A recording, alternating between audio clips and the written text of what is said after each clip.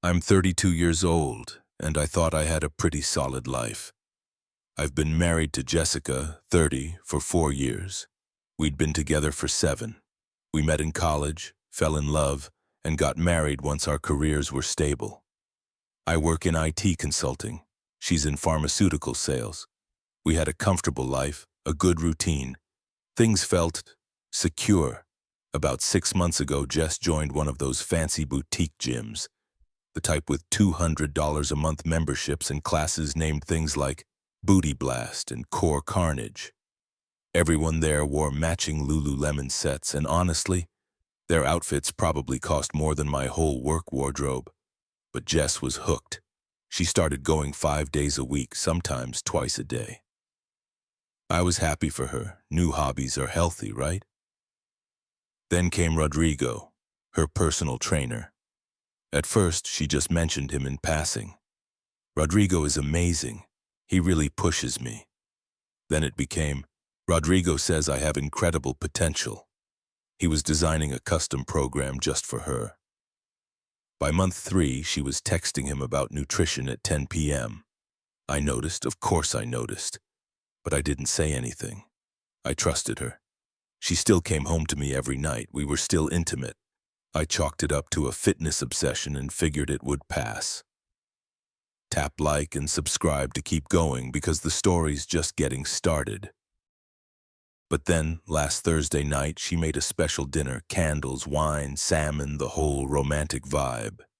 It felt off. Midway through the meal, she looked at me and said, "Babe, can we talk about something? Just promise to keep an open mind." My stomach dropped. She told me she'd been listening to a podcast about modern relationships and how maybe monogamy was outdated, that biologically we're not wired to be with one person forever. Then came the real punch. What if we tried something different just once, like a hall pass? I stared at her, stunned. "I assume you have someone in mind?" I asked. She blushed. "Well, Rodrigo and I have chemistry. It's just physical. It wouldn't mean anything." Rodrigo, of course, the trainer.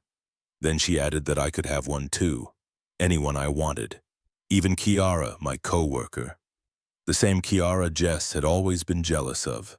She'd stalked her on Instagram, rolled her eyes at her makeup, her clothes, always making snide comments. I took a long sip of wine, then I smiled and said, "You know what? Shoot your shot." Her eyes lit up. "Really? You mean it?" "Yeah, go for it. And I'll take you up on that hall pass too." She was practically giddy. She spent the rest of the night texting, probably Rodrigo, while I sat there finishing my meal and quietly making my own plans. What she didn't know was that Kiara had invited me to a work conference in wine country next weekend. I had originally said no, didn't want to trigger Jess's jealousy, but now I had permission. That Friday morning, I told Jess I was leaving for my hall pass weekend. She asked where I was going. "Wine country, that conference I mentioned. Kiara will be there." Her smile faltered. "Wait, Kiara's going?" "Yeah, she invited me, weeks ago. Great timing, huh? I thought you'd just meet someone random at a bar. Why would I do that when I already have chemistry with someone?" I echoed her words back to her. She followed me around as I packed, visibly nervous. "I meant like one night, not a whole weekend." "Oh, did we set rules? I must have missed that part. Anyway, do you know where my good cologne is?" "Wayne, this is different." "How? Rodrigo doesn't like you, right? Those late-night texts were professional?" She had nothing to say. I zipped my bag and smiled. "You wanted this, so now you've got it. I'll be back Sunday. Have fun with Rodrigo." She denied it, but I'd already seen the Brazilian wax appointment in our shared calendar. Her face turned red. "That's not. It's fine. Shoot your shot. Remember?" I kissed her on the forehead and walked out the door. She called me 17 times before I reached the airport, texted over 30 more. can we set boundaries? A weekend feels too long, please come home. This doesn't feel right. I sent one reply before boarding. Phone off for the weekend, gotta be present, have fun. When I landed, I turned my phone back on. 40 missed calls, 132 texts. The tone had shifted. This is manipulation. Kiara's a predator. I changed my mind. If you do this, we're done. Please, I love you. I hate you. I'm calling a lawyer. I sent one message. Just landed. Conference starts soon. Remember, you wanted this. Enjoy, Rodrigo. Kiara met me at baggage claim. She looked amazing, classy, poised. Ready for thrilling data analytics? She joked. I smiled. Can't wait. Nothing happened between us. We went to the sessions, drank overpriced wine, talked about work. She had a boyfriend she was crazy about. We were just friends. But Jess didn't know that. I posted 3 Instagram photos, one of a sunset over the vineyard with the caption, "Perfect evening," another of 2 wine glasses clinking, Kiara's hand barely visible. The third was the hotel pool at night, midnight swim, midnight gym. Each post triggered an immediate call from Jess. I didn't pick up. By Saturday night, the messages turned desperate. I didn't go through with Rodrigo. I'm home alone. This was a mistake. Please talk to me. Then, fine. If you're with her, I'm calling Rodrigo, I replied. Do what makes you happy, babe. Sunday morning, everything imploded. Rodrigo had come over, but it didn't go how Jess expected. He thought she wanted extra training. When she brought up the hall pass, he was uncomfortable. He told her he doesn't sleep with married clients. Said it was unprofessional. Oh, and he has a girlfriend. That set her off. He has a girlfriend. He thinks I'm pathetic. I ruined everything. This is your fault. Apparently I had manipulated her into this, planned her humiliation. Somehow I had orchestrated Rodrigo having a girlfriend. Then she texted, I know what you're doing with Kiara. I'm driving there. She actually drove to wine country. I was eating breakfast with Kiara and a few co-workers when Jess burst into the hotel dining area. Where is she? She shouted. Hit a like and keep watching. Trust me, you don't want to miss this part. Everyone froze. Kiara slowly raised her hand. Hi, Jessica, Jess pointed. Stay away from my husband. We're at a work conference, Kiara said calmly. Don't play innocent. I know what's going on. Just then, Kiara's boyfriend, Marcus, walked in holding coffee. Babe, they only had oat milk. Wait, what's happening? Jess blinked. That's your boyfriend? Yeah. Marcus, this is Wayne's wife. The whole room was dead silent. But the Instagram? Jess stammered. Wine tasting with the whole team. Marcus took the photos. Jess turned to me, her face breaking. You let me think. I let you believe what you wanted to believe. Just like you wanted me to think Rodrigo was interested. That's different. It's really not. She ran out. I found her crying in the parking lot. I'm such an idiot, she whispered. Yeah. I ruined everything. Yeah. Do you hate me? I don't know. After a long pause, she said, I canceled my gym membership. I can't face Rodrigo. He thinks I'm just some desperate housewife. You are, I said quietly. She flinched. That's cruel. No. What's cruel is asking for a hall pass so you could sleep with your trainer and expecting me to sit home alone. You never thought I'd use mine. You definitely didn't think I'd choose Kiara. She looked shattered. What now? I don't know, but I have a conference to finish. Drive safe. I walked away. The drive home was silent.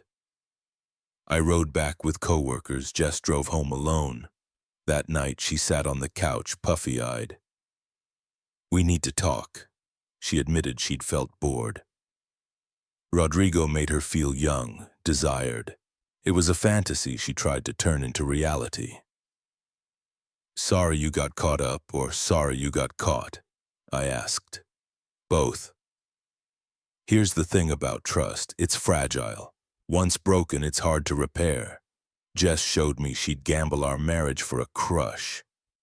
She manipulated me, only panicked when things blew up. I think we need space, I said. You mean like a separation? No, a divorce. She begged, pleaded, therapy, counseling, anything. But I was done. Not because of the fantasy, but because of the dishonesty, the entitlement, the meltdown when her plan backfired. The divorce was clean, no kids, finances were mostly separate. She tried to blame me in therapy, called what I did with Kiara emotional manipulation. Our therapist wasn't having it. You asked for an open relationship, Dr. Martinez said. He agreed. Then you got upset when he participated. That's not manipulation, that's consequences. Jess tried a new gym after the divorce, lasted 2 weeks. Everyone knew what happened. Rodrigo told his girlfriend. She worked at a local salon. Gossip spreads fast in small towns.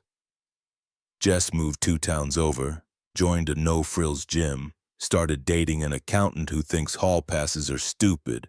Good for her. Me. I'm doing well. Still friends with Kiara and Marcus. They find the whole breakfast showdown story hilarious. I'm dating a teacher now, Shie. When I told her the story, she looked at me like I was crazy and said, "Why would I want a hall pass? If I want someone else, I'll break up first. That's just respect." Simple, isn't it? Sometimes I think about that Thursday dinner. How different things could have been if Jess had just been honest. If she said, "I'm struggling, I have a crush." But instead, she played games. Thought I wouldn't play back. She thought wrong. I ran into Rodrigo a few weeks ago at a coffee shop. He apologized. I laughed it off.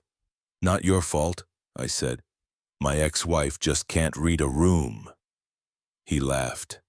"My girlfriend banned her from the salon after everything. Didn't want that kind of energy around." Small towns, man. Play stupid games, win stupid prizes. Jess wanted a hall pass. She got it. And she missed spectacularly. Meanwhile, I got a peaceful weekend in wine country, a story that never fails to drop jaws, and eventually a partner who didn't need to test drive other people to realize she wanted me. Funny how life works. You know, stories like this aren't just about betrayal. They're about expectations and consequences. What stood out most wasn't the hall pass itself. It was the assumption that one person could play the game and the other would just sit on the bench. Relationships thrive on mutual respect, not loopholes and secret agendas. Jess didn't want openness. She wanted permission without accountability. And when she realized the playing field was actually level, she folded. In the end, it wasn't infidelity that ended this marriage. It was entitlement, dishonesty, and underestimating her partner. Let that sink in. If this story made your jaw drop or made you think, hit that like button. Don't forget to subscribe for more wild real-life tales and drop your thoughts in the comments. Would you ever agree to a hall pass? Let's talk about it.